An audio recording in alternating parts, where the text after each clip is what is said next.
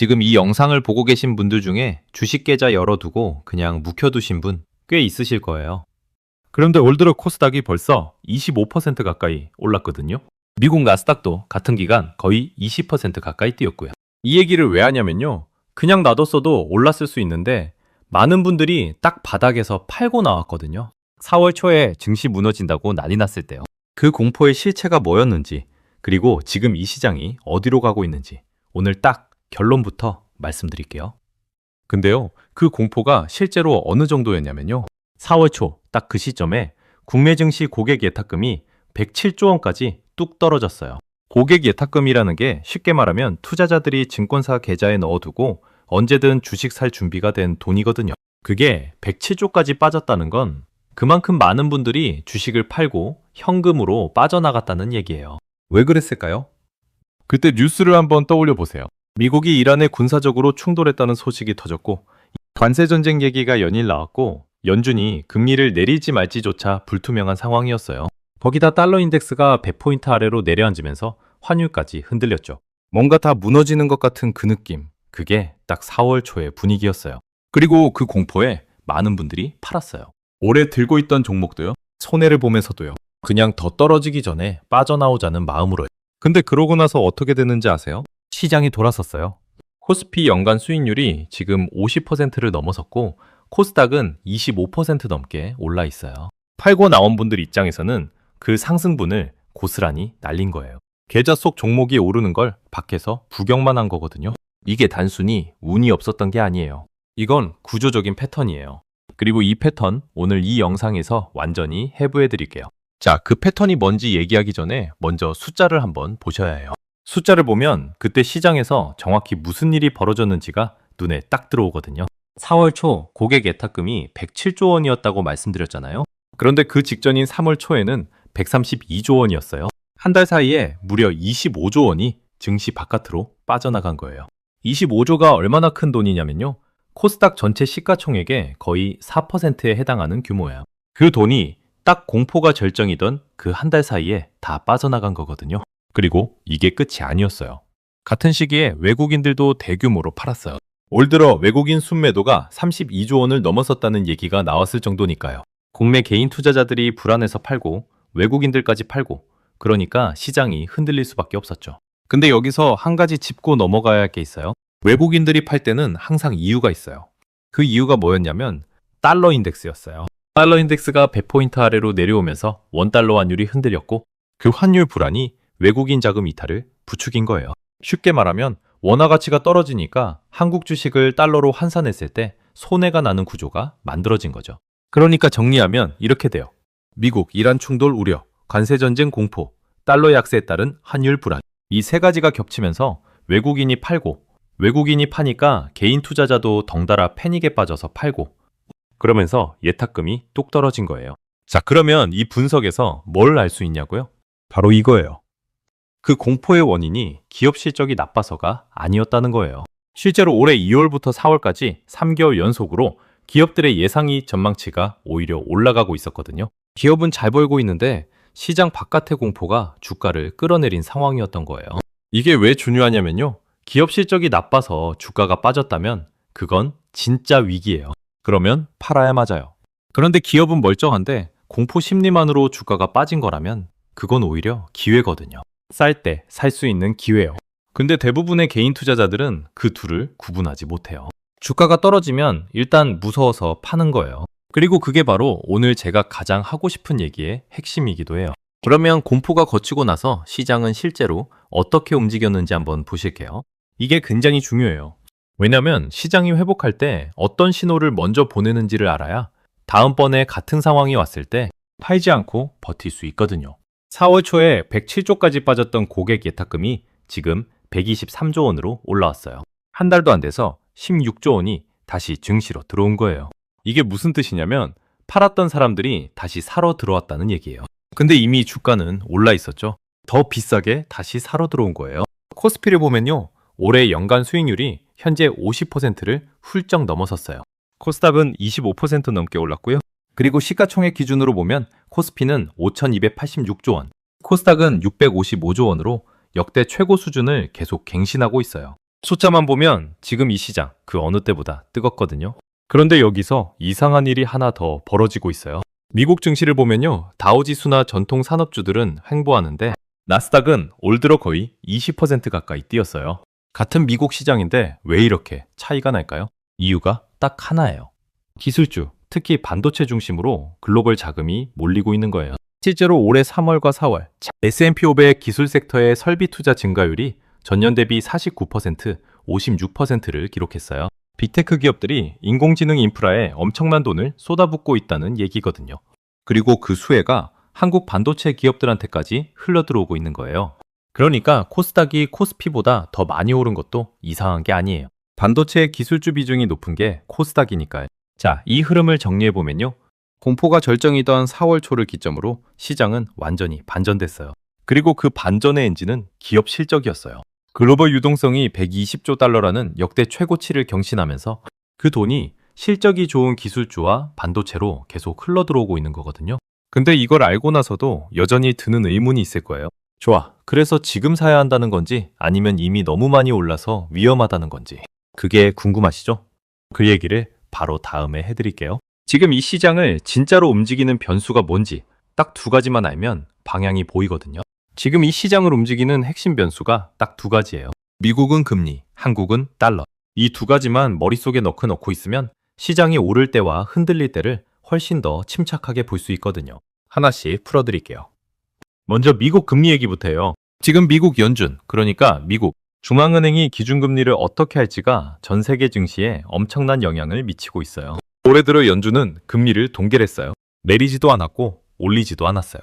그런데 시장은 연준이 올해 하반기에 한두 차례 금리를 인하할 거라고 기대하고 있거든요. 왜 금리 인하가 주가에 좋냐고요? 간단하게 설명드릴게요. 금리가 내려가면 기업들이 돈을 더 싸게 빌릴 수 있어요. 그러면 투자를 더 많이 하고 실적이 더 좋아지는 거죠. 거기다 은행에 돈을 맡겨도 이자가 별로 없으니까 투자자들이 주식시장으로 돈을 옮기는 경향이 생겨요. 그러니까 금리가 내려간다는 기대감만으로도 주가가 올라가는 구조가 만들어지는 거예요. 지금 상황을 보면요. 연준이 금리는 동결했지만 보유자산 규모는 오히려 늘어나고 있어요. 올해 말 기준 6조 5천억 달러였던 연준 보유자산이 지금은 6조 7천억 달러로 올라왔거든요. 이게 무슨 얘기냐면 연준이 시장에 돈을 계속 공급하고 있다는 신호예요. 금리는 안 내렸어도 유동성은 계속 풀고 있는 거거든요. 그러니까 글로벌 유동성이 120조 달러, 역대 최고치를 찍을 수 있었던 거예요. 자, 그러면 한국은 어떤 변수를 봐야 하냐고요? 바로 달러예요. 원달러 환율이에요. 외국인 투자자들은 한국 주식을 살 때 달러를 원화로 바꿔서 사거든요. 그런데 나중에 팔고 나서 다시 달러로 바꿀 때 원화 가치가 떨어져 있으면 그만큼 손해를 보는 거예요.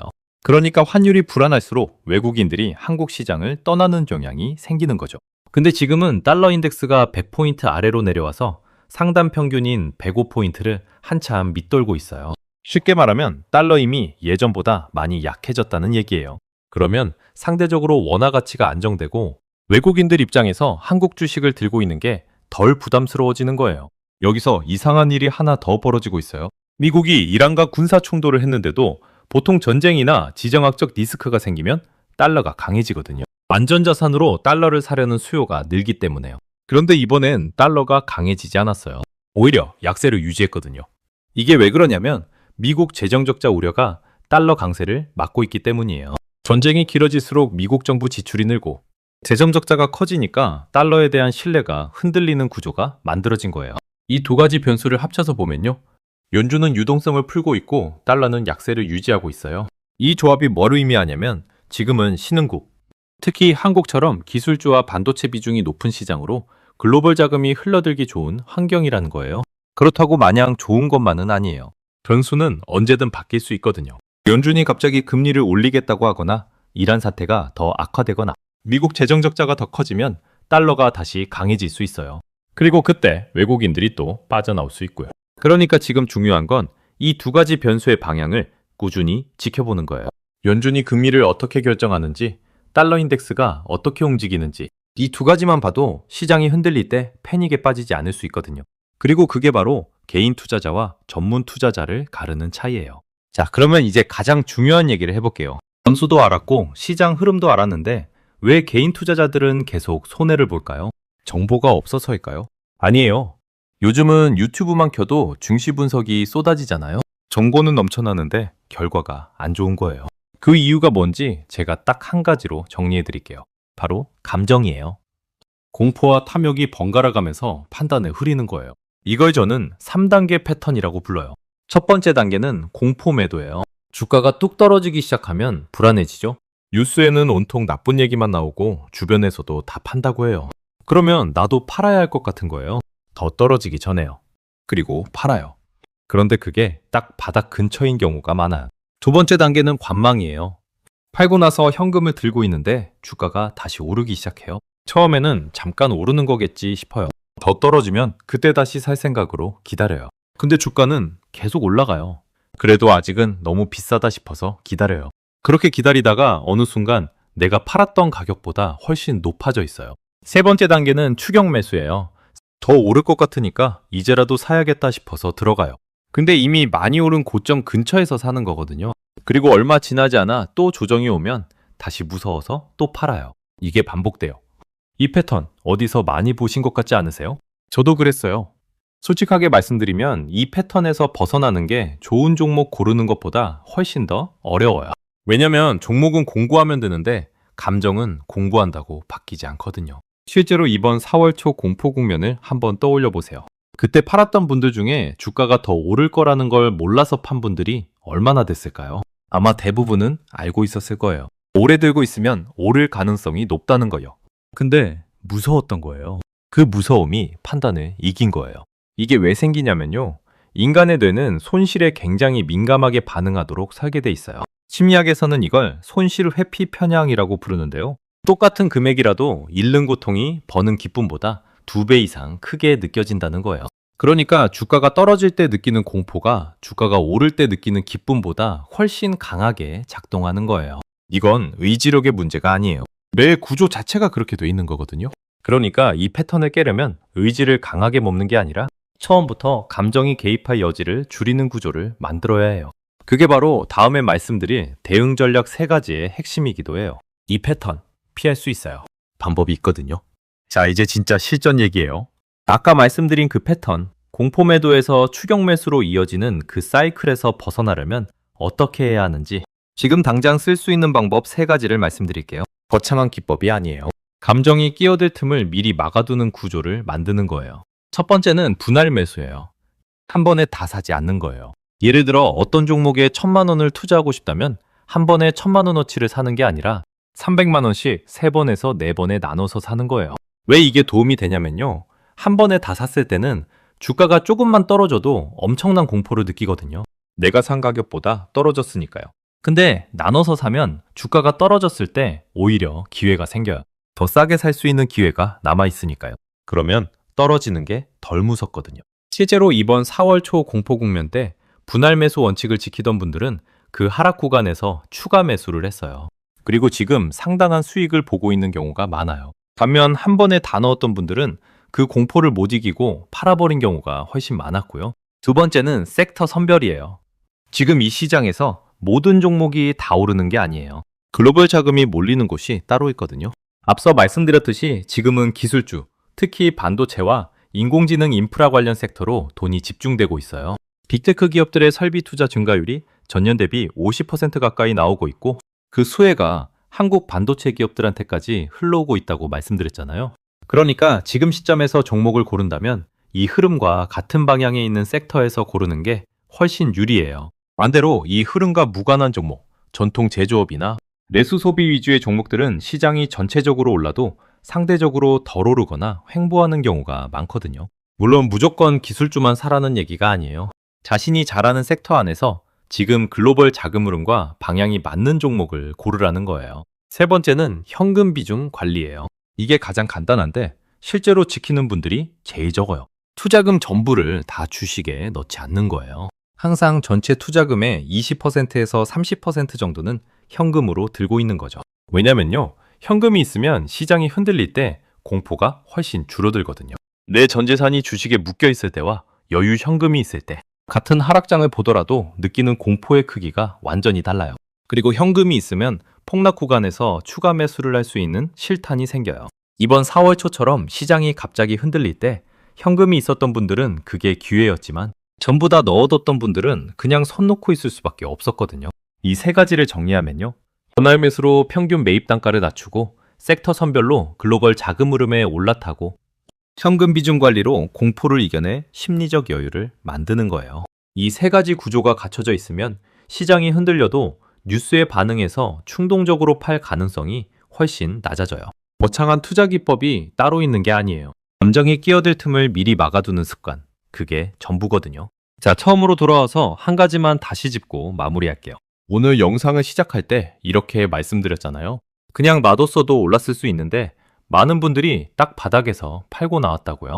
그 얘기를 왜 했냐면요. 그게 정보가 없어서가 아니었다는 걸 말씀드리고 싶었거든요. 오를 거라는 걸 알면서도 공포가 판단을 이겨버린 거예요. 그리고 그 공포의 정체는 오늘 데이터로 다 확인했어요. 기업 실적이 나빠서가 아니었어요. 미국 이란 충돌, 관세 전쟁 우려, 달러 환율 불안이 겹치면서 만들어진 심리적 공포였거든요. 실제로 그 공포가 절정이던 시점에 기업들의 예상 이익 전망치는 오히려 올라가고 있었어요. 그러니까 지금 이 시장에서 개인 투자자에게 가장 필요한 건 좋은 종목을 찾는 능력이 아니에요. 공포가 와도 팔지 않을 수 있는 구조를 미리 만들어두는 습관이에요. 분할 매수로 평균 단가를 낮추고 글로벌 자금이 흘러가는 섹터 방향을 읽고 현금 비중을 항상 여유 있게 유지하는 것. 이 세 가지가 갖춰져 있으면 다음번에 또 공포가 와도 그게 기회로 보이기 시작해요. 오늘 당장 하실 수 있는 게 딱 하나 있어요.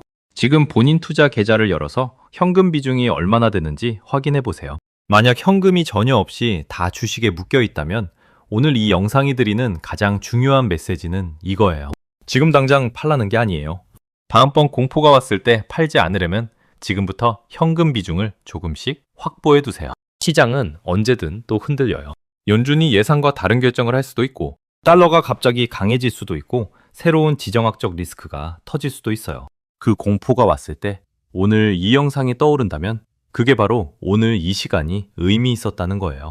다음 영상에서는 지금 글로벌 자금이 실제로 어디로 흘러가고 있는지 섹터별로 더 구체적으로 들여다볼게요. 이런 얘기가 도움이 됐다면 채널에 있어주세요. 다음에 또 좋은 얘기로 찾아올게요.